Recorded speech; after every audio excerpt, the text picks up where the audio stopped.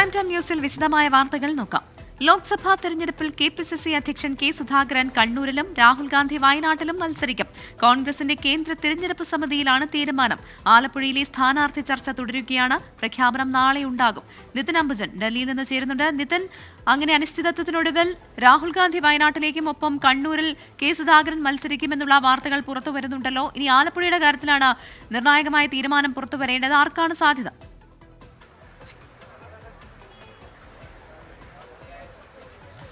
പ്രവിധ, ആലപ്പുഴയുടെ കാര്യത്തിൽ ചർച്ചകൾ ഇപ്പോഴും തുടരുകയാണ്. എന്തായാലും വയനാട്ടിൽ രാഹുൽ ഗാന്ധി തന്നെ ഇക്കുറിയും ജനവിധി തേടും. 2019 രാഹുൽ ഗാന്ധി ആദ്യമായി വയനാട്ടിലെത്തുന്നത്. അമേഠിയിൽ രാഹുൽ ഗാന്ധി പരാജയപ്പെട്ടപ്പോൾ വയനാടായിരുന്നു രാഹുൽ ഗാന്ധിയെ ഒപ്പം നിർത്തിയ മണ്ഡലം. അതുകൊണ്ട് തന്നെ ഇക്കുറിയും രാഹുൽ ഗാന്ധി വയനാട്ടിൽ മത്സരിക്കണമെന്നൊരു ആവശ്യം ഹൈക്കമാൻഡിനോട് മുമ്പാകെ തന്നെ KPCC നേതൃത്വം അറിയിച്ചിരുന്നു. ഇത് പരിഗണിച്ചുകൊണ്ട് തന്നെ രാഹുൽ ഗാന്ധി വീണ്ടും വയനാട്ടിൽ മത്സരിപ്പിക്കാൻ തീരുമാനിച്ചിട്ടുണ്ട്. എന്തായാലും ഈ തെരഞ്ഞെടുപ്പ് സമിതി യോഗത്തിന് ശേഷം ഇപ്പോൾ നേതാക്കൾ KC വേണുഗോപാൽ അതോടൊപ്പം തന്നെ മറ്റ് നേതാക്കളടക്കം ഇപ്പോൾ മടങ്ങുന്നുണ്ട്. ഇതുമായി ബന്ധപ്പെട്ട് കൂടുതൽ പ്രതികരണങ്ങൾ ഒരുപക്ഷെ KC വേണുഗോപാലിന്റെ ഭാഗത്തും ഉണ്ടാവുമെന്നാണ് പ്രതീക്ഷിക്കുന്നത്.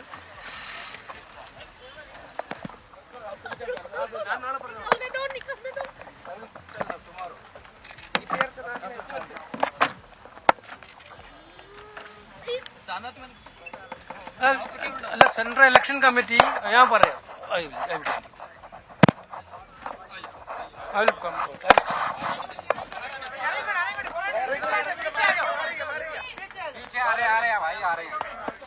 പ്രവീൺ, എന്തായാലും അതുമായി ബന്ധപ്പെട്ട് ഇപ്പോൾ KC വേണുഗോപാൽ പ്രതികരണം ഉണ്ടാകും.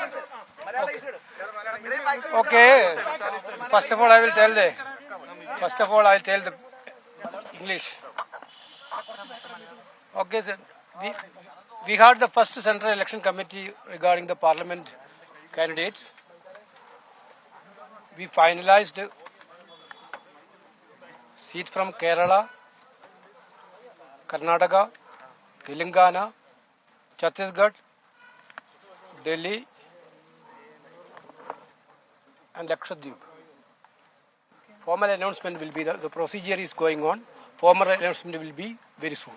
How many seats have been finalized? That entire details we will let you know tomorrow or day after tomorrow. What about Wayanad, sir?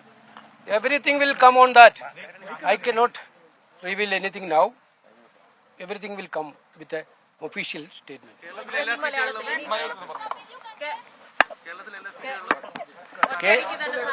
അല്ല, കേരളത്തിലെ സ്ഥാനാർത്ഥികളൊക്കെ കേരളത്തിലടക്കമുള്ള എല്ലാ സ്റ്റേറ്റുകളിലെയും സ്ഥാനാർത്ഥി ചർച്ചകൾ നടന്നു. കേരളം, കർണാടകം, തെലങ്കാന, അതുപോലെ ഛത്തീസ്ഗഡ്, ഡൽഹി സ്റ്റേറ്റുകളിലെ, ലക്ഷദ്വീപ് അടക്കമുള്ള സ്റ്റേറ്റുകളിലെ എല്ലാ സീറ്റുകളിലും ചില സീറ്റുകളിൽ പാനലുണ്ട്. ആ സീറ്റുകൾ പെൻഡിങ് വെച്ചിട്ടുണ്ട്. ബാക്കി എല്ലാ സീറ്റുകളും തീരുമാനമായിട്ടുണ്ട്. അതുകൊണ്ട് ആ തീരുമാനം താമസം വിന AICC പ്രഖ്യാപിക്കും. അല്ല, ആ തീരുമാനം നിങ്ങൾ അതൊക്കെ ഇപ്പം തീരുമാനം ലിസ്റ്റ് വരുന്നതിന് മുമ്പ് എനിക്ക് അനൗൺസ് ചെയ്യാൻ പറ്റൂ. കോൺഗ്രസ് പ്രസിഡന്റിന്റെ അപ്രൂവലിന് വേണ്ടി ആ ലിസ്റ്റ് പോയിട്ട് കോൺഗ്രസ് പ്രസിഡന്റ് അപ്രൂവ് ചെയ്ത് കഴിഞ്ഞാൽ ഫോർമലായിട്ട് അനൗൺസ് ചെയ്യാൻ പറ്റും. അല്ല, നിങ്ങൾക്ക് എന്തും പറയാം. നിങ്ങൾ കഴിഞ്ഞ കുറെ ദിവസങ്ങളായിട്ട് ഒരുപാട് ചർച്ചകൾ നടത്തിക്കൊണ്ടിരിക്കുകയാണ്, ഒരുപാട് പേരെ സ്ഥാനാർത്ഥികളാക്കിക്കൊണ്ടിരിക്കുകയാണ്. അതിനെല്ലാം ഒരു വിരാമം മണിക്കൂറുകൾക്കൊക്കെ ഉണ്ടാവും. അല്ല, ഇന്നല്ല ഇന്നിപ്പോ രാത്രി പാതിരാത്രി നിങ്ങൾക്കെല്ലാം ഉറങ്ങാനുള്ള സമയം തരണ്ടേ? നിങ്ങൾ ഒരുപാട് വിഷമിച്ചിരിക്കുന്നില്ല.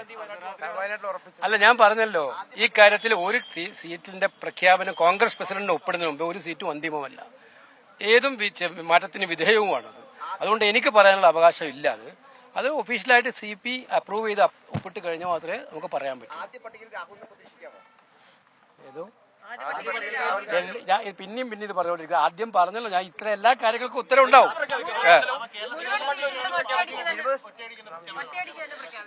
കേരളത്തിലെ അതായിരിക്കാനാണ് സാധ്യത. കേരളത്തിൽ അങ്ങനെ ഒരു തർക്കവും. എല്ലാ നേതാക്കന്മാരും യുനാനിമസ് ആയിട്ടുള്ള ഡിസിഷൻസ് ആണ്. തർക്കങ്ങളൊന്നും.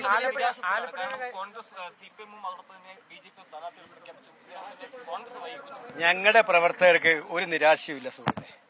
ഞങ്ങളുടെ പ്രവർത്തകരുടെ ആവേശം നിങ്ങൾ ഓരോ ദിവസവും കണ്ടുകൊണ്ടിരിക്കുകയാണ്. ആ ആവേശം വഴിതിരിച്ചു വിടാനുള്ള മരുന്നുകളൊക്കെ ചിലർ ചെയ്യുന്നുണ്ട്. പക്ഷെ എത്ര മരുന്നിട്ടാലും ഞങ്ങളുടെ പ്രവർത്തകരുടെ ആവേശത്തെ തണുപ്പിക്കാൻ കേരളത്തിൽ കഴിയില്ല. വർദ്ധിത വീര്യത്തോടുകൂടി അവർ ഇപ്പൊ രംഗത്തുണ്ട്. അതിനേക്കാൾ വീര്യത്തോടുകൂടി സ്ഥാനാർത്ഥി പ്രഖ്യാപനം വരുന്നതോടുകൂടി രംഗത്ത് വരും. ഞങ്ങള് മുഴുവൻ സീറ്റും ജയിക്കും കേരളത്തിൽ. ആലപ്പുഴ കേരളത്തിൽപ്പെട്ടതല്ലേ? അപ്പൊ അതുകൊണ്ട് പറഞ്ഞ ആ കാര്യത്തില് ആ തീരുമാനം അടക്കം എല്ലാ തീരുമാനങ്ങളും ഒന്നിച്ചു വരും. പത്മജ വേണുഗോപാൽ BJP പോയതോടുകൂടി എന്തെങ്കിലും തരത്തിൽ കേരളത്തിൽ കോൺഗ്രസിന് ക്ഷീണം ഉണ്ടാവുമോ? ആ കാര്യത്തെക്കുറിച്ച് നമുക്ക് നാളെ സംസാരിക്കാം. എനിക്ക് പറയാനുണ്ട് ഒരുപാട് കാര്യങ്ങൾ. അല്ല, ഞാൻ പറഞ്ഞല്ലോ, ഈ കാര്യങ്ങൾക്കൊക്കെ ഓരോന്നിനും നിങ്ങൾ ചോദിച്ചത് നിങ്ങൾ വളരെ ബുദ്ധിമാന്മാരാണ്, ചോദിച്ചെടുക്കണ്ട. എന്തായാലും ഞാൻ പറഞ്ഞതിനകത്ത് എല്ലാം ഉണ്ട്. ലിസ്റ്റ് വൈകാതെ പുറത്തിറങ്ങും.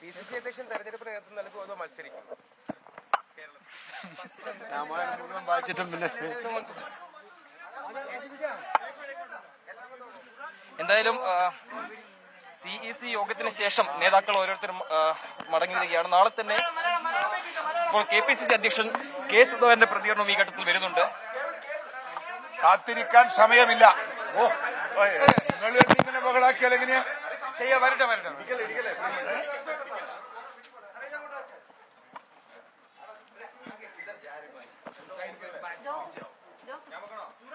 ഞാൻ പറഞ്ഞോട്ടെ. കേരളത്തിലെ 16 സീറ്റുകളിലാണ് കോൺഗ്രസ് പാർട്ടി മത്സരിക്കുന്നത്. അത് സംബന്ധിച്ചുള്ള സ്ഥാനാർത്ഥികളുടെ തീരുമാനം ഇന്ന് ചേർന്ന സെൻട്രൽ ഇലക്ഷൻ കമ്മിറ്റിയിൽ എടുത്തു. 16 സീറ്റിലും സ്ഥാനാർത്ഥികളെ നിശ്ചയിച്ചു. അത് നാളെ രാവിലെ അഖിലേന്ത്യാ കോൺഗ്രസ് കമ്മിറ്റി അത് പ്രഖ്യാപിക്കും. നാളെ രാവിലെ പ്രഖ്യാപിക്കും.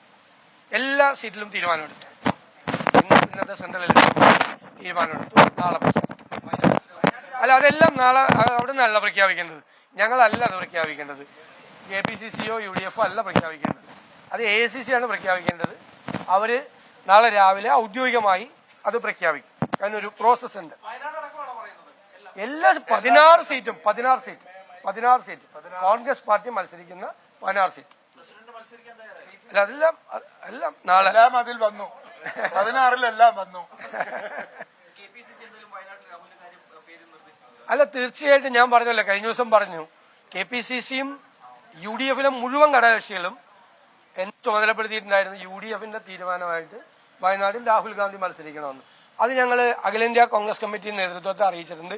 KPCC നേരത്തെ തന്നെ ആ തീരുമാനം അറിയിച്ചിട്ടുണ്ട്, എല്ലാ തലത്തിലും അറിയിച്ചിട്ടുണ്ട്. അപ്പൊ അതെല്ലാം ആലോചിച്ചിട്ടാണ് ഈ തീരുമാനം, ഇന്നെടുത്ത തീരുമാനം ദയവീത് ഞങ്ങളോട് പറയരുത്. ഞങ്ങളല്ല അത് പ്രഖ്യാപിക്കേണ്ടത്. ഔദ്യോഗികമായി AICC നേതൃത്വമാണ് പ്രഖ്യാപിക്കേണ്ടത്. നാളെ രാവിലെ തന്നെ പ്രഖ്യാപിക്കും. നാളെ രാവിലെ തന്നെ ഔദ്യോഗികമായി ഇത് പ്രഖ്യാപിച്ചാൽ ഉടൻ തന്നെ 16 കോൺഗ്രസ് സ്ഥാനാർത്ഥികളും അവരുടെ പ്രവർത്തനങ്ങൾ ഔദ്യോഗികമായി ആരംഭിക്കും.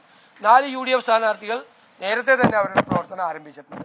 നാളെ മുതൽ 20 UDF സ്ഥാനാർത്ഥികളും ഫീൽഡിലിറങ്ങി പ്രവർത്തനം തുടങ്ങും. തീർച്ചയായും ഉണ്ടാവും. വലിയ സർപ്രൈസ് ഉണ്ടാവും. അത് പേര് പറയില്ല. വലിയ സർപ്രൈസ് ഉണ്ടാവും. നിങ്ങൾ പ്രതീക്ഷിക്കാത്ത മാറ്റങ്ങൾ നമ്മളെ ലിസ്റ്റിന്റെ അകത്ത് വരും. ഉറപ്പ്.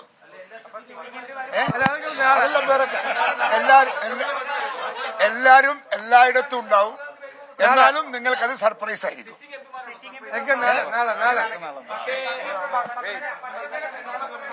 അല്ലല്ല,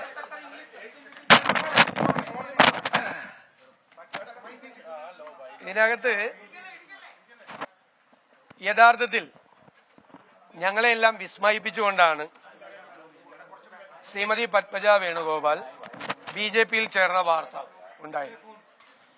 യഥാർത്ഥത്തിൽ അവരതിനുവേണ്ടി പറയുന്ന കാരണങ്ങൾ ഒന്നും അടിസ്ഥാനമുള്ളതല്ല. ഞങ്ങളെല്ലാം, കേരളത്തിലെ കോൺഗ്രസ് നേതൃത്വം എല്ലാവരും ഞങ്ങളുടെ ഒരു മൂത്ത സഹോദരിയെ പോലെയാണ് അവരെ ചേർത്ത് നിർത്തിയത്. ഒരു സഹോദരിയെ പോലെ അവരാവശ്യപ്പെട്ട എല്ലാ കാര്യങ്ങളും എല്ലാ കാലത്തും ചെയ്തു കൊടുത്തിട്ടുണ്ട്. അർഹതയില്ലാത്ത കാര്യങ്ങൾ വരെ ചെയ്തു കൊടുത്തിട്ടുണ്ട്. ന്യായമല്ലാത്ത കാര്യങ്ങൾ വരെ ഞങ്ങൾ ചെയ്തു കൊടുത്തിട്ടുണ്ട്. കാരണം കരുണാകരന്റെ മകളാണ് എന്നുള്ള ഒരു ആഭിമുഖ്യം ഞങ്ങളുടെ എല്ലാവരുടെയും മനസ്സിലുണ്ടായിരുന്നു.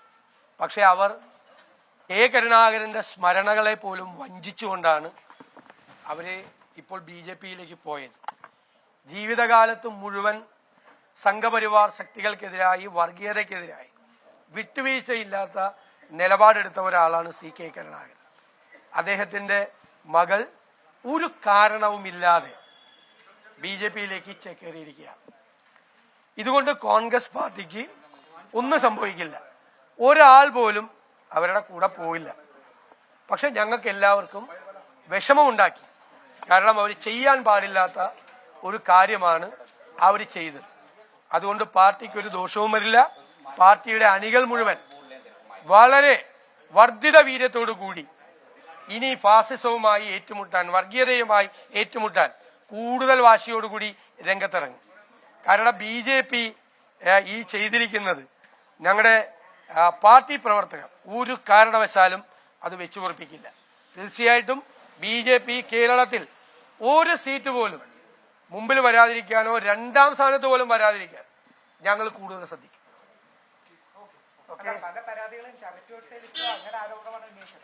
അവര് നമ്മളോട് ആവശ്യപ്പെട്ട എല്ലാ കാര്യങ്ങളും ഞങ്ങൾ ചെയ്തു കൊടുത്തിട്ടുണ്ട്. എല്ലാ കാര്യങ്ങളും ഞാനത് വിശദീകരിക്കാൻ ആഗ്രഹിക്കുന്നില്ല. എല്ലാ കാര്യങ്ങളും അവര് മത്സരിക്കാൻ സീറ്റ് ചോദിച്ചപ്പോൾ കേരളത്തിലെ ഏറ്റവും നല്ല സീറ്റ് മുകുന്ദപുരം പാർലമെന്റ് സീറ്റ് കൊടുത്തിട്ടുണ്ട്. അവര് ചോദിച്ച തൃശൂർ സീറ്റ് അവർക്ക് കൊടുത്തിട്ടുണ്ട്. രണ്ടാമത് ചോദിച്ചപ്പോഴും വീണ്ടും കൊടുത്തിട്ടുണ്ട്. അവര് പൊളിറ്റിക്കൽ അഫയേഴ്സ് കമ്മിറ്റി അംഗമാകാൻ ഞങ്ങളാണ് അങ്ങോട്ട് ആവശ്യപ്പെട്ട് അവരെ ആക്കിയത്. അവര് പാർട്ടിയുടെ ഭാരവാഹിയാക്കിയിട്ടുണ്ട്. വളരെ KTDCയുടെ ചെയർമാനായിട്ടുണ്ട്. വളരെ കുറഞ്ഞ നാളുകൾക്കുള്ളിൽ ഏറ്റവും കുറവ് പ്രവർത്തനം നടത്തി. അവർ അങ്ങനെ ഒരു എഫേർട്ട് എടുത്ത് ഒരു പ്രവർത്തനവും നടത്തിയിട്ടില്ല എന്ന് നമുക്കറിയാം. അവരങ്ങനെ K മുരളീധരനൊക്കെ ചെയ്യുന്നത് പോലെ ഒരു കഠിനാധ്വാനം ചെയ്തിട്ടില്ല. K മുരളീധരനെ പോലെ ഒരാൾ കേരളം മുഴുവൻ യാത്ര ചെയ്ത് ഇപ്പോഴും KPCC നേതൃത്വം ഒരു സ്ഥലത്ത് പരിപാടിക്ക് പോകണം എന്ന് പറഞ്ഞാൽ പാതിരാത്രി വിളിച്ചു പറഞ്ഞാൽ അവിടെ നിന്ന് വാഹനത്തിൽ ഉറങ്ങിക്കിടക്കുന്ന സ്ഥലത്ത് നിന്ന് പുറപ്പെട്ട് ആ പരിപാടി സ്ഥലത്ത് എത്തുന്ന ഒരാളാണ്. അങ്ങനെയൊന്നുമുള്ള ഒരു പ്രവർത്തന പാരമ്പര്യം ഒന്നും അവർക്കില്ലെങ്കിലും ഞങ്ങളൊരു പ്രത്യേകമായ പരിഗണനയും സ്നേഹവും അവരോട് കാണിച്ചിരുന്നു. അത് അവരോടുണ്ടായിരുന്ന സ്നേഹമല്ല, അത് K കരുണാകരനോട് ഞങ്ങൾക്കുണ്ടായ ബഹുമാനമാണ്. ആ കരുണാകരന്റെ സ്മരണകളെ പോലും ചവിട്ടുകുട്ടയിൽ എറിഞ്ഞുകൊണ്ടാണ് അവർ ഈ പോക്ക് പോയിരിക്കുന്നത്. അത് കാലം അതിന് മറുപടി പറയും. KPCC പ്രസിഡന്റ് എന്ന നിലക്ക് എന്റെ അടുത്ത് വന്ന എല്ലാ ആവശ്യങ്ങളും ഞങ്ങളത് പൂർണ്ണമായി സന്തോഷത്തോടെ ചെയ്തു കൊടുത്തിട്ടുണ്ട് എന്നുള്ളത് അതിപ്പോ അവരുടെ ഹസ്ബൻഡ് പത്രസമ്മേളനത്തിൽ പറഞ്ഞിട്ടുണ്ട് KPCC പ്രസിഡന്റിനെ കുറിച്ചിട്ട്.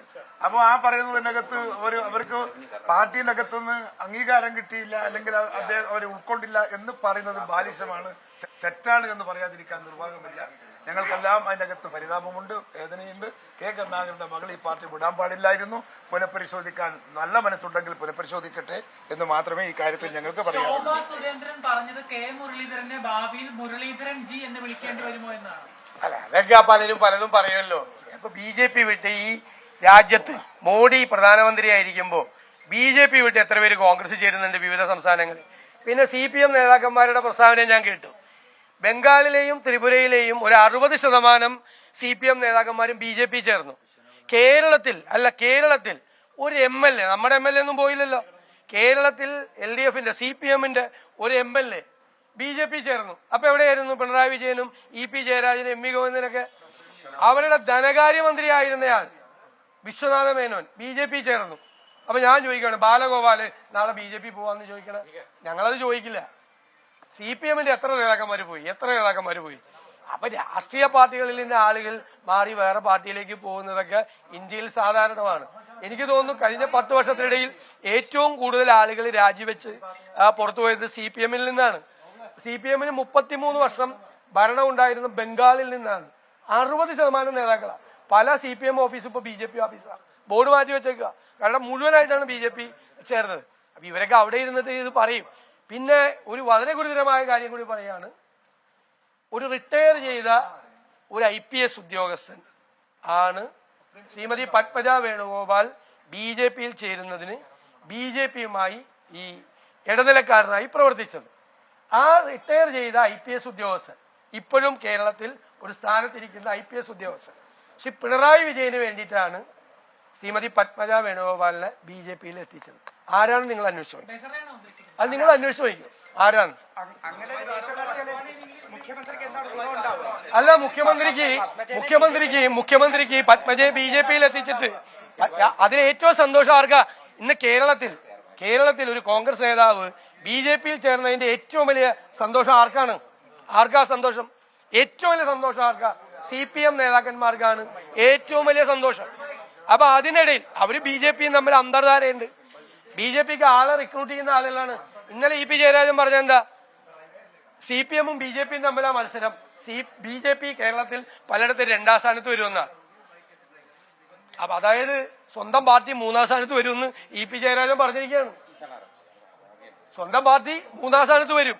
അപ്പൊ BJPക്ക് കേരളത്തിൽ ഇല്ലാത്ത ഒരു സ്പേസ് ആണ് CPM ഉണ്ടാക്കി കൊടുക്കുന്നത്. ഇല്ലാത്ത സ്പേസ് ഒരിക്കലും പറയാത്ത. BJP കേരളത്തിൽ പലയിടത്തും പാർലമെന്റ് തെരഞ്ഞെടുപ്പിൽ 2ാമത് വരും എന്ന് പറഞ്ഞാൽ അത് ഏറ്റവും ഗുണകരമാകുന്നത് ആർക്കാണ്? BJPക്കാണ്. അപ്പൊ സ്വന്തം പാർട്ടി 3ാം സ്ഥാനത്ത് വരുമെന്നാണ് EP ജയരാജൻ പറഞ്ഞതിന്റെ അർത്ഥം. അല്ല, നിങ്ങൾക്ക് അറിയാലോ, നിങ്ങൾ കൂടി അന്വേഷിക്കുക, നമുക്ക് നാളെ പറയാലോ, സമയമുണ്ടല്ലോ. വടകരയില്ല. വടകരയൊക്കെ നിങ്ങൾ നോക്കിക്കോ, വൻ ഭൂരിപക്ഷത്തിൽ ജയിക്കും ഞങ്ങൾ.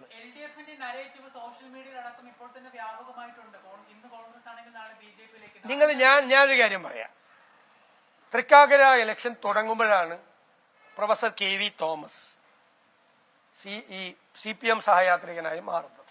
എറണാകുളത്ത് നിരവധി വർഷം MP-യും കേന്ദ്രമന്ത്രിയും സംസ്ഥാന മന്ത്രിയായിരുന്ന ആളാണ് പോയത്.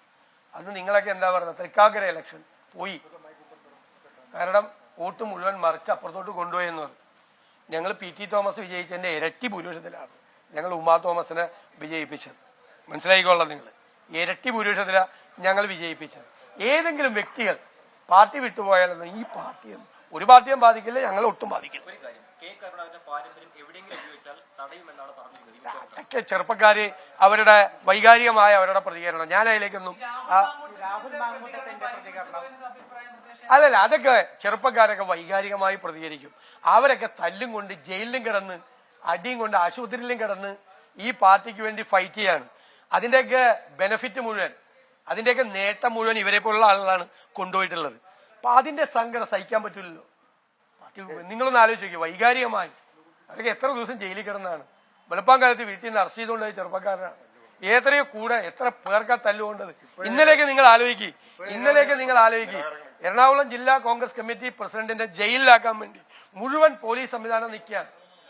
KSU പ്രവർത്തകരെ എറണാകുളത്തെ അടിയേറ്റു വാങ്ങുകയാണ്, വയനാട്ടിൽ അടി നടക്കുകയാണ്, തിരുവനന്തപുരത്ത് അടി നടക്കുക, തല്ലി ചതക്കുകയാണ് ഞങ്ങളുടെ കുട്ടികളെ മുഴുവൻ സംസ്ഥാന വ്യാപകമായി.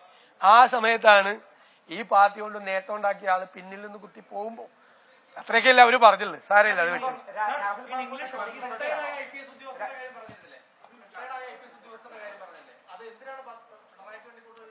അല്ല പിണറായി, ഞാൻ ചോദിക്കുന്നത്, ഞങ്ങളുടെ പാർട്ടിയിൽ നിന്ന് ഒരാൾ BJP ചേർന്നപ്പോ ഇന്ന് കേരളത്തിൽ വലിയ ഏറ്റവും ആഹ്ലാദം ആർക്കായിരുന്നു ആഹ്ലാദം? CPM-ന്. ഇതേ CPM-ൽ നിന്നല്ലേ ഇതിനേക്കാൾ വലിയ സ്ഥാനത്തുണ്ടായിരുന്ന മുൻ ധനകാര്യമന്ത്രി BJP-യിലേക്ക് പോയത്. ഏറ്റവും സീനിയർ നേതാവ്, CPM-ലെ ഏറ്റവും സമുന്നതനായ നേതാവ്. CPM-ന്റെ ഒരു MLA നേരെ പോയി BJP-യുടെ സ്ഥാനാർത്ഥിയായില്ലേ, കേന്ദ്രമന്ത്രിയായില്ലേ. അപ്പൊ എവിടെയായിരുന്നു പിണറായി വിജയനും MP ഗോവിന്ദനൊക്കെ? എവിടെ പോയിരുന്നപ്പോ? എന്നിട്ട് സദ്യ കൊടുത്തില്ലേ?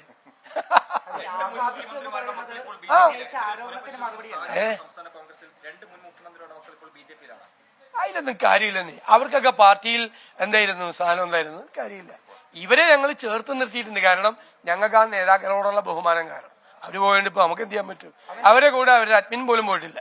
അത് നിങ്ങൾ കണ്ടില്ലേ?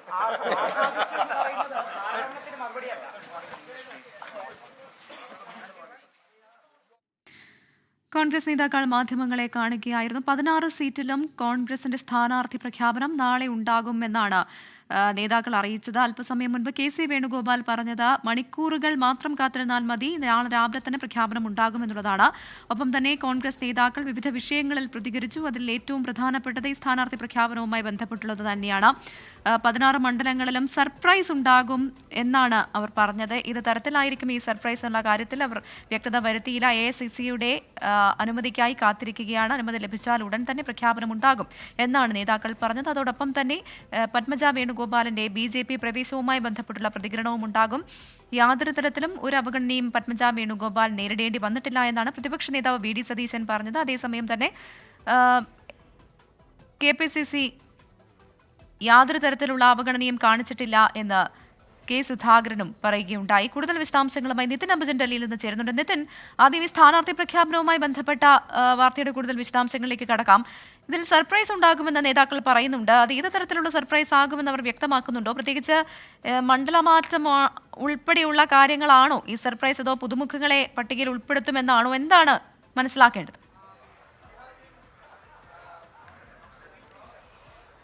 പ്രവിധ എന്തായാലും രാഹുൽ ഗാന്ധിയുടെ സ്ഥാനാർത്ഥിത്വം തന്നെയാകും അതിലൊരു സർപ്രൈസ് എന്ന് മനസ്സിലാക്കാൻ സാധിക്കുന്നു. കാരണം രാഹുൽ ഗാന്ധി ഒരുപക്ഷെ കേരളം വിട്ട് മറ്റ് ഒരുപക്ഷെ കർണാടകയിലോ അല്ലെങ്കിൽ തെലങ്കാനയിലോ പോകുമെന്ന ചില ചർച്ചകളൊക്കെ ഉണ്ടായിരുന്നു. അതിനുശേഷം KPCC അടക്കം പലപ്പോഴും രാഹുൽ ഗാന്ധി വയനാട്ടിൽ തന്നെ മത്സരിക്കുന്ന ഒരു ആവശ്യം മുന്നോട്ട് വെച്ചിരുന്നു. അത് തന്നെ ഇത്തവണ എന്തായാലും കേന്ദ്ര തെരഞ്ഞെടുപ്പ് സമിതി അംഗീകരിച്ചു എന്നാണ് അറിയാൻ സാധിക്കുന്നത്. അത് തന്നെയാകും ഇപ്പോൾ VD സതീശൻ പറഞ്ഞിരിക്കുന്ന സർപ്രൈസ് എന്ന് മനസ്സിലാക്കാൻ സാധിക്കുന്നു. അതോടൊപ്പം തന്നെ K സുധാകരൻ മത്സരരംഗത്തുണ്ടാകും എന്ന് തന്നെയാണ് നമുക്ക് ലഭ്യമാകുന്ന വിവരം. കൂടാതെ ആലപ്പുഴയുടെ സ്ഥാനാർത്ഥികളിലും ഒരു തീരുമാനമായിട്ടുണ്ട്. സാമുദായിക സമവാക്യം എല്ലാം തന്നെ കണക്കിലെടുത്തൊരു സ്ഥാനാർത്ഥി പ്രഖ്യാപനം തന്നെയാകും നാളെ ഉണ്ടാവുക. ഒരു പക്ഷേ മണിക്കൂറുകൾ മാത്രമേ ഇനി കാത്തിരിക്കേണ്ടി വരികയുള്ളൂ. അതിനുശേഷം 16 സ്ഥാനാർത്ഥികളെയും നാളെ ഒറ്റക്കെട്ടായി തന്നെ പ്രഖ്യാപിക്കാനാണ് ഇപ്പോൾ തീരുമാനിച്ചിരിക്കുന്നത്. അതിന്റെ അന്തിമ രൂപം ഇപ്പോൾ CEC മീറ്റിംഗിന് ശേഷം കേന്ദ്ര തെരഞ്ഞെടുപ്പ് സമിതി യോഗത്തിന് ശേഷം ഇപ്പോൾ കേരളത്തിലെ നേതാക്കളെല്ലാം തന്നെ കൂടിയാലോചന നടത്തി അതിലൊരു അന്തിമ രൂപം നൽകിയിട്ടുണ്ട്. എന്തായാലും പേരുകൾ നമുക്കറിയാം. AICC പുറത്തുവിട്ട ശേഷം മാത്രമേ നേതാക്കളടക്കം അതിലൊരു തീരുമാനത്തെക്കുറിച്ച് സംസാരിക്കുകയുള്ളൂ. നിലവിലിപ്പോൾ നേതാക്കളിൽ നമുക്ക് ലഭ്യമാകുന്ന വിവരം സിറ്റിംഗ് MPമാർ മത്സരരംഗത്തുണ്ടാകും. അതോടൊപ്പം തന്നെ ആലപ്പുഴയിൽ ഒരു സാമുദായിക സമവാക്യം കണക്കിലെടുത്തുള്ള ആളാകും ഉണ്ടാവുക. ഒരുപക്ഷെ KC വേണുഗോപാലിന്റെ പേര് ആദ്യഘട്ടത്തിൽ തന്നെ ഉയർന്നിരുന്നെങ്കിലും പിന്നീട് അതുമായി ബന്ധപ്പെട്ട് നേരത്തെ സൂചിപ്പിച്ച പോലെ തന്നെ മുസ്ലിം പ്രാതിനിധ്യം എല്ലാം തന്നെ കണക്കാക്കിയുള്ള ഒരു സ്ഥാനാർത്ഥി പട്ടികയാകും എന്തായാലും തയ്യാറാവുക. നേരത്തെ സൂചിപ്പിച്ചു വയനാട്ടിൽ രാഹുൽ ഗാന്ധി, അതോടൊപ്പം തന്നെ KPCC അധ്യക്ഷൻ K സുധാകരൻ, ഇവർ രണ്ടുപേരും എന്തായാലും സ്ഥാനാർത്ഥി പട്ടികയിലുണ്ട്. ആലപ്പുഴ, അതോടൊപ്പം വയനാട്, കണ്ണൂർ ഈ 3 മണ്ഡലങ്ങളെ സംബന്ധിച്ച സ്ഥാനാർത്ഥി പ്രഖ്യാപനമാണ് അല്ലെങ്കിൽ സ്ഥാനാർത്ഥി നിർണയമാണ് ഒരു ഘട്ടത്തിൽ ഇത് വൈകാൻ ഇടയായത്. അതുകൊണ്ട് തന്നെ ഇന്ന് മണിക്കൂറുകളോളം നീണ്ട ചർച്ചകൾക്ക് ശേഷമാണ് ഇതിലൊരു അന്തിമ രൂപം നൽകിയിരിക്കുന്നത്. എന്തായാലും ഇനി മണിക്കൂറുകൾ മാത്രം കാത്തുനിന്നാൽ ഒരു സർപ്രൈസ് കാൻഡിഡേറ്റ് ലിസ്റ്റ് എന്ന് തന്നെയാണ് ഇപ്പോൾ പ്രതിപക്ഷ നേതാവ് VD സതീശൻ വ്യക്തമാക്കിയിരിക്കുന്നത്. എന്തായാലും 16 മണ്ഡലങ്ങളിലും വിജയിക്കാൻ സാധിക്കും. അതുകൊണ്ട് തന്നെ UDFന് ഇത്തവണ 20 സീറ്റ് നേടുമെന്നൊരു പ്രതീക്ഷ തന്നെയാണ് ഇപ്പോൾ VD സതീശനും അതോടൊപ്പം തന്നെ മറ്റ് കോൺഗ്രസ് നേതാക്കളും ഇപ്പോൾ വ്യക്തമാക്കിയിരിക്കുന്നത്. പ്രവിധ. ശരി, നിതിൻ അംബുജനാണ് ഡൽഹിയിൽ നിന്ന് വിവരങ്ങൾ നൽകിയത്. കോഴിക്കോട് പെരുവണ്ണാമൊഴി മാവട്ടത്ത് പുലി ഇറങ്ങിയതായി സംശയം. ജനങ്ങൾക്ക് ജാഗ്രതാ നിർദ്ദേശം നൽകിയിട്ടുണ്ട്. മിഥില ബാലൻ ചേരുന്നുണ്ട് കോഴിക്കോട് നിന്ന്. മിഥില, ഏത് സാഹചര്യത്തിലാണ് പുലി ഇറങ്ങിയതായി ഉറപ്പിക്കുന്നത്? പ്രവിധ, കോഴിക്കോട് പെരുവണ്ണാമൊഴി പൂഴിത്തോട് മാവട്ടത്താണ് പുലി ഇറങ്ങിയതായുള്ള ഒരു സംശയമുള്ളത്. ഇതനുസരിച്ചാണ് പെരുവണ്ണാമൊഴി പോലീസ് ജാഗ്രതാ നിർദ്ദേശം നൽകിയിട്ടുള്ളത്. പ്രായമായവരും സ്കൂൾ വിദ്യാർത്ഥികളും ഉൾപ്പെടെ ജാഗ്രത പാലിക്കണമെന്ന ഒരു നിർദ്ദേശമാണ് ഈ പെരുവണ്ണാമൊഴി പോലീസിന്റെ ജാഗ്രതാ നിർദ്ദേശത്തിൽ ഉള്ളത്. ഇന്നലെ ഉച്ചയ്ക്കാണ് ഇത്തരത്തിൽ പുലി ഇറങ്ങിയതായിട്ടുള്ള ഒരു സംശയം ഉണ്ടായിട്ടുള്ളത്. സമീപ പ്രദേശത്തെ കൂട്ടിലുള്ള പട്ടികളെ ആക്രമിച്ചതായി നാട്ടുകാർ പറയുന്നുണ്ട്. ഇതിന് ശേഷമാണ് ഇത്തരത്തിൽ വനംവകുപ്പ് ഉദ്യോഗസ്ഥർ ഉൾപ്പെടെ അവിടെ പരിശോധന നടത്തി പുലി എന്ന ഒരു സംശയം അല്ലെങ്കിൽ വിശ്വസനീയമായ ഒരു വിവരം എന്ന് തന്നെയാണ് പോലീസിന്റെ ഈ ഒരു ജാഗ്രതാ നിർദ്ദേശത്തിൽ പറയുന്നത്. അതുകൊണ്ട് തന്നെയാണ് പെരുവണ്ണാമൊഴി ടൗൺ ഈ പറയപ്പെടുന്ന ഭാഗത്ത് പോലീസ് അനൗൺസ്മെന്റ് നടത്തി ജാഗ്രതാ നിർദ്ദേശം നൽകിയിട്ടുള്ളത്. വനംവകുപ്പ് ഉദ്യോഗസ്ഥരും സ്ഥലത്തുണ്ട്. അവരും ഈ പുലിക്കായുള്ള തിരച്ചിലാണ്. എന്തു തന്നെയായാലും നാട്ടുകാർക്ക് ഇപ്പോൾ ജാഗ്രതാ നിർദ്ദേശം നൽകിയിട്ടുണ്ട്. ശരി, മിഥില ബാലനാണ് വിവരങ്ങൾ നൽകിയത്. പാലക്കാട് യാക്കരയിൽ വയോധികയുടെ മാല പൊട്ടിച്ച് കള്ളൻ. യാക്കര സ്വദേശിനി വിജയലക്ഷ്മിയുടെ മാലയാണ് മോഷണം പോയത്. പാലക്കാട് സൗത്ത് പോലീസ് അന്വേഷണം തുടങ്ങി. മോഷണത്തിന്റെ CCTV ദൃശ്യങ്ങൾ 24-ന് ലഭിച്ചു.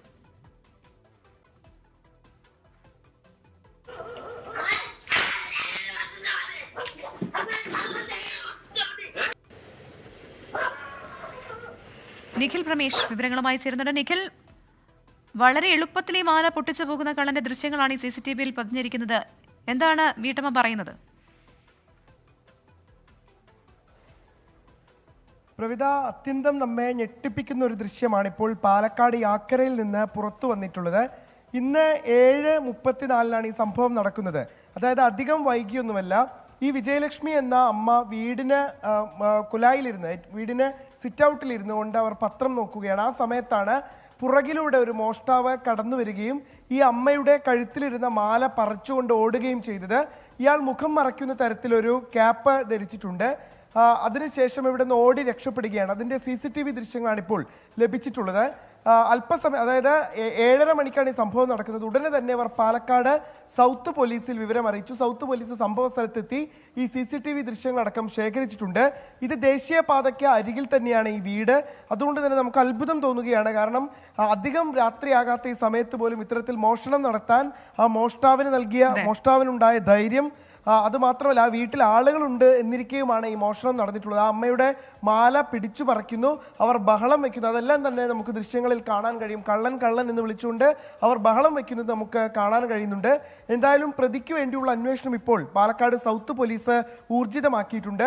ഈ വീടിന് പുറത്തുള്ള ചില കടകളിലും CCTV ദൃശ്യങ്ങളുണ്ട്. ആ ദൃശ്യങ്ങളടക്കം ശേഖരിച്ചുകൊണ്ടാണ് ഇപ്പോൾ പോലീസിന്റെ അന്വേഷണം പുരോഗമിക്കുന്നത്. എത്രയും വേഗത്തിൽ പ്രതിയെ പിടികൂടുന്നതിന് വേണ്ടിയുള്ള ശ്രമങ്ങളാണ് ഇപ്പോൾ പാലക്കാട് സൗത്ത് പോലീസ് നടത്തിക്കൊണ്ടിരിക്കുന്നത്. ആ ദൃശ്യങ്ങൾ സത്യത്തിൽ നമ്മളെ അത്ഭുതപ്പെടുത്തുന്നതാണ്. കാരണം ആ അമ്മ അവിടെ ഇരിക്കുന്നു, വളരെ പുറകിലൂടെ ഈ വീടിന്റെ വലതുവശത്തൂടെ ഇടതുവശത്തൂടെ കടന്നു വരുന്ന മോഷ്ടാവ് മാല പറിക്കുന്നു, അതിലൂടെ തന്നെ ഓടി തിരിച്ചു പോവുകയാണ്. അതാണ് ദൃശ്യങ്ങളിലുള്ളത്. എന്തായാലും ഈ ദൃശ്യങ്ങൾ തന്നെ ശേഖരിച്ചുകൊണ്ടുള്ള അന്വേഷണമാണ് പോലീസ് നടത്തിക്കൊണ്ടിരിക്കുന്നത്. ഈ വീടിന് പുറത്തേക്ക് മോഷ്ടാവ് ഇറങ്ങുമ്പോൾ സ്വാഭാവികമായിട്ടും മറ്റ് ചില ക്യാമറകളിൽ കൂടി ദൃശ്യങ്ങളാണ് CCTVയിൽ പതിഞ്ഞിരിക്കുന്നത്. പാലക്കാട് യാക്കരയിലാണ് സംഭവം. അയോധ്യയുടെ മാല പൊട്ടിച്ച് കള്ളൻ കടന്നു കളഞ്ഞു. യാക്കര സ്വദേശിനി വിജയലക്ഷ്മിയുടെ മാലയാണ് മോഷണം പോയത്. മനുഷ്യക്കടത്തിൽ രാജ്യവ്യാപക റെയ്ഡുമായി CBI. തിരുവനന്തപുരം അടക്കം രാജ്യത്തെ 7 നഗരങ്ങളിലാണ് റെയ്ഡ്. 50 ലക്ഷം രൂപയും നിർണായക രേഖകളും കണ്ടെടുത്തു. ഡൽഹി, മുംബൈ, അംബാല, ചണ്ഡീഗഡ്, മധുര, ചെന്നൈ നഗരങ്ങളിലും റെയ്ഡ് നടത്തിയിട്ടുണ്ട്. ഷഫീദ് റാവുത്തർ തിരുവനന്തപുരത്ത് നിന്ന് വിവരങ്ങളുമായി ചേരുന്നുണ്ട്. ഷഫീദ്, തിരുവനന്തപുരം അടക്കം രാജ്യത്തെ 7 നഗരങ്ങളിലാണ് റെയ്ഡ് നടത്തിയിരിക്കുന്നത്. തിരുവനന്തപുരത്ത് എവിടെയൊക്കെയാണ് റെയ്ഡ് നടത്തിയിരിക്കുന്നത്? ഇതിന്റെ വിശദാംശങ്ങൾ എന്തൊക്കെയാണ്? പ്രവിധ, മാർച്ച് 6-ാം തീയതി CBIക്ക് ലഭിച്ച വിവരത്തിന്റെയും ഒരു കേസിന്റെയും അടിസ്ഥാനത്തിലാണ് ഇപ്പോൾ രാജ്യവ്യാപകമായിട്ടുള്ള റെയ്ഡിലേക്ക് CBI കടന്നിട്ടുള്ളത്. തിരുവനന്തപുരം അടക്കം രാജ്യത്തെ 7 നഗരങ്ങളിലാണ് CBI ഇപ്പോൾ റെയ്ഡ് നടത്തുന്നത്. തിരുവനന്തപുരത്ത് ഈ തകരപ്പറമ്പ് ഭാഗത്താണ് റെയ്ഡ് നടത്തുന്നതാണ് നമുക്ക് ലഭിക്കുന്ന വിവരം. പക്ഷേ വളരെ രഹസ്യാത്മകമായ സ്വഭാവം ഇക്കാര്യത്തിൽ CBI സൂക്ഷിക്കുന്നുമുണ്ട്. യുവാക്കൾക്ക് തൊഴിൽ വാഗ്ദാനം നൽകി മനുഷ്യക്കടത്ത് നടത്തുന്നു എന്ന കണ്ടെത്തലിനെ തുടർന്നാണ് CBI റെയ്ഡ് ഇപ്പോൾ നടത്തുന്നത്. യുവാക്കളെ സോഷ്യൽ മീഡിയ വഴിയാണ് ആകർഷിക്കുന്നത്. റഷ്യയിൽ ജോലി വാഗ്ദാനം ചെയ്താണ് ഇത്രയും വലിയ തട്ടിപ്പ് നടത്തിയത്. കടത്തുന്ന യുവാക്കളെ യുക്രൈൻ യുദ്ധഭൂമിയിൽ വിന്യസിക്കുന്നതായും കണ്ടെത്തൽ CBI സംബന്ധിച്ചിട്ടുണ്ട്. അതിന്റെ ചില രേഖകൾ CBI ഇപ്പോൾ പിടിച്ചെടുത്തിട്ടുണ്ട്. റെയ്ഡിൽ കണ്ടെത്തിയ 50 ലക്ഷം രൂപയും നിർണായക രേഖകളും ഇതിനോടകം തന്നെ CBI സീൽ ചെയ്തിട്ടുണ്ട്. തിരുവനന്തപുരം കൂടാതെ ഡൽഹി, മുംബൈ, അംബാല, ചണ്ഡീഗഡ്, മധുരൈ, ചെന്നൈ നഗരങ്ങളിലും റെയ്ഡ് പുരോഗമിക്കുകയാണ്. നിലവിൽ ഇപ്പോൾ ഈ പുരോഗമിക്കുന്ന റെയ്ഡിന് പുറമെ വരും ദിവസങ്ങളിലും രാജ്യവ്യാപകമായ മറ്റു ചില സ്ഥലങ്ങളിൽ കൂടി റെയ്ഡ് നടത്താൻ CBI ആലോചന നടത്തുന്നുമുണ്ട്. പ്രവിധ, ശരി, ഷഫീദ് റാവുത്തറാണ് വിവരങ്ങൾ നൽകിയത്. ശിശുക്ഷേമ സമിതി അംഗം 6 വയസ്സുകാരിയെയും മാതാവിനെയും ആക്രമിച്ചുവെന്ന പരാതിയിൽ കേസെടുത്ത പോലീസ്. പത്തനംതിട്ട മലയാലപ്പുഴയിലെ CPIM പ്രാദേശിക നേതാവ് കൂടിയായ അഭിഭാഷക S. കാർത്തികയ്ക്കെതിരെയാണ് പരാതി. ഇവരുടെ ഭർത്താവിനെയും ബന്ധുക്കളെയും പോലീസ് പ്രതി ചേർത്തിട്ടുണ്ട്. പരാതി വ്യാജമെന്ന് S. കാർത്തിക പ്രതികരിച്ചു.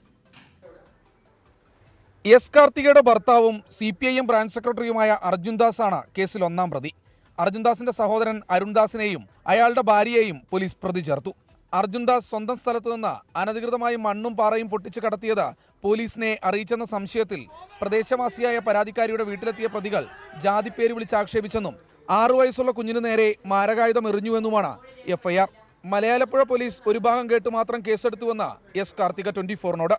ശരിക്കും അഡ്വക്കേറ്റ് അരുൺദാസിൻ്റെ വീട് ആക്രമിക്കുകയാണ് ഉണ്ടായത്. വീടെല്ലാം അടിച്ചു പൊളിച്ച് ഇട്ടതിൻ്റെ ഭാഗമായിട്ട് ആ സംഭവ സ്ഥലത്തെ CCTV ഫുട്ടേജ് നോക്കിയാൽ തന്നെ കാണാൻ കഴിയുന്ന ഒരു കാര്യം എന്താണെന്ന് വെച്ചാൽ ആ CI വന്നിട്ട് ഈ പ്രതികളോട് വളരെ രമ്യമായി സംസാരിക്കുന്ന ഒരു സ്ഥിതിയാണ് കാണാൻ കഴിയുന്നത്.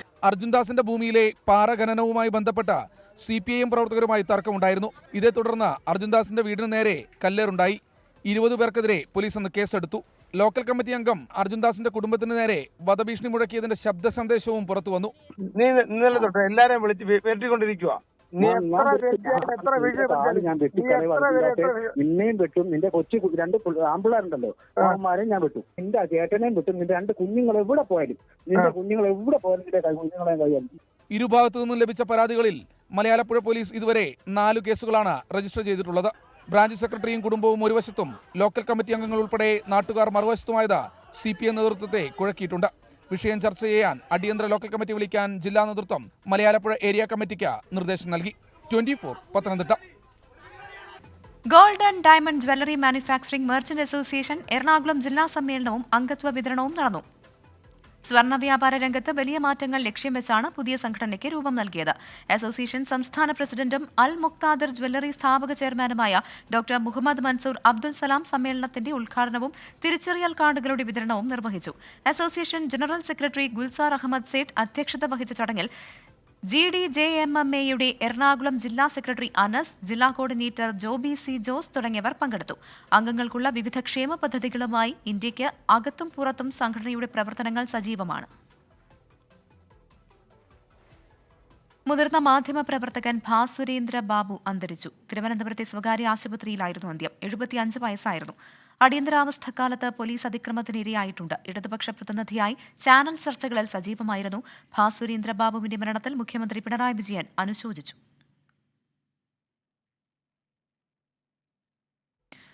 വനിതാ ദിനത്തോടനുബന്ധിച്ച് 24ഉം ഫ്ലവേഴ്സും സംഘടിപ്പിക്കുന്ന പിങ്ക് മിഡ് നൈറ്റ് റൺ നാളെ കൊച്ചിയിൽ നടക്കും. വിവിധ മേഖലകളിൽ നിന്നായി നിരവധി പ്രമുഖർ മാരത്തണിന്റെ ഭാഗമാകും. രാത്രി 9 മണിക്ക് എറണാകുളം ദർബാർ ഹാൾ ഗ്രൗണ്ടിൽ മന്ത്രി പി രാജീവ് ഫ്ളാഗ് ഓഫ് ചെയ്യും. 5 കിലോമീറ്റർ ദൂരത്തിലാണ് മിഡ് നൈറ്റ് റൺ സംഘടിപ്പിച്ചിരിക്കുന്നത്. 15 വയസ്സ് മുതൽ 30 വയസ്സ് വരെയുള്ളവർക്കും 30 വയസ്സിന് മുകളിലുള്ളവർക്കുമായി 2 വിഭാഗങ്ങളിലായാണ് മിഡ് നൈറ്റ് റൺ സംഘടിപ്പിച്ചിട്ടുള്ളത്. വിജയികൾക്കായി സമ്മാനങ്ങളും ഒരുക്കിയിട്ടുണ്ട്.